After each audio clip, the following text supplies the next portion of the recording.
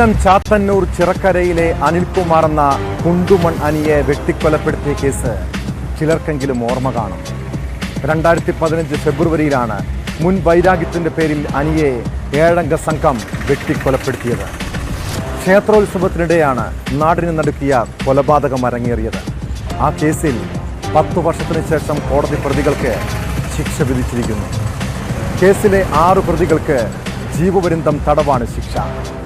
1-ാം പ്രതി പ്രജു ഇപ്പോഴും ഒളിവിലാണ്. പ്രജുവും കൊല്ലപ്പെട്ട അനിയും തമ്മിലുള്ള വ്യക്തിവിരോധമായിരുന്നു കൊലപാതകത്തിന് കാരണം.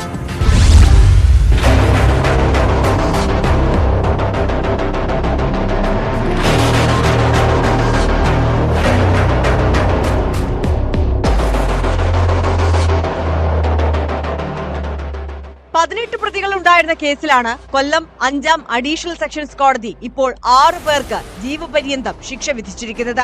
3-ാം പ്രതി നെടുങ്ങോലം സ്വദേശി ലാലു, 4-ാം പ്രതി ചാത്തന്നൂർ സ്വദേശി രതീഷ്, 5-ാം പ്രതി കല്ലുവാതുക്കൽ സ്വദേശി സാബു, 6-ാം പ്രതി കോഴിപ്പാട് സ്വദേശി വിഷ്ണു, 7-ാം പ്രതി വരിഞ്ഞം സുന്ദരമുക്ക് സ്വദേശി സുജിത്ത്, 9-ാം പ്രതി കാവിൽ വീട്ടിൽ ഹണി എന്നിവർക്കാണ് ശിക്ഷ വിധിച്ചത്. വിചാരണക്കിടെ 2 പ്രതികൾ ആത്മഹത്യ ചെയ്തിരുന്നു. മറ്റൊരു പ്രതി രോഗം ബാധിച്ച് മരിച്ചു. 8 പ്രതികളെ കോടതി വെറുതെ വിട്ടു. എന്നാൽ കേസിലെ 1-ാം പ്രതി പ്രജു ഇപ്പോഴും ഒളിവിലാണ്.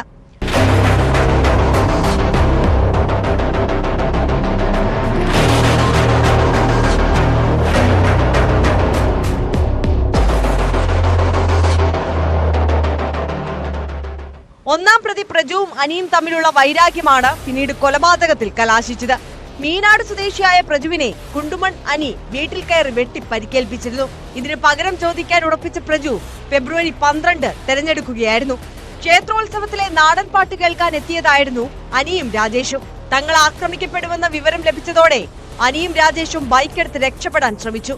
എന്നാൽ ഓട്ടോറിക്ഷയിൽ പിന്തുടർന്നെത്തിയ പ്രതികൾ തടഞ്ഞു നിർത്തി ആക്രമിക്കുകയായിരുന്നു. ഓടി രക്ഷപ്പെടാൻ ശ്രമിച്ച കുണ്ടുമൺ അനിയെ പിന്തുടർന്നെത്തി കുളത്തിന് സമീപത്ത് വെച്ച് വെട്ടിക്കൊലപ്പെടുത്തി.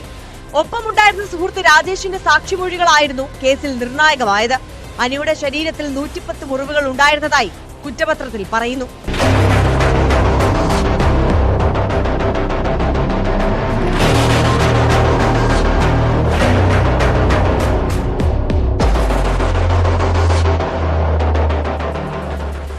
കേസിന്റെ വിചാരണ തുടങ്ങിയപ്പോൾ ആദ്യ ദിവസം കോടതിയിൽ ഹാജരായ 1-ാം പ്രതി പിന്നീട് ഒളിവിൽ പോയി.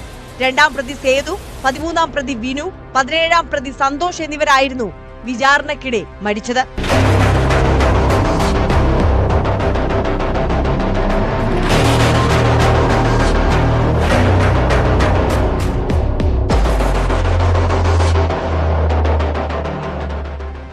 ന്യൂസ് 18 കൊട്ടാരക്കര.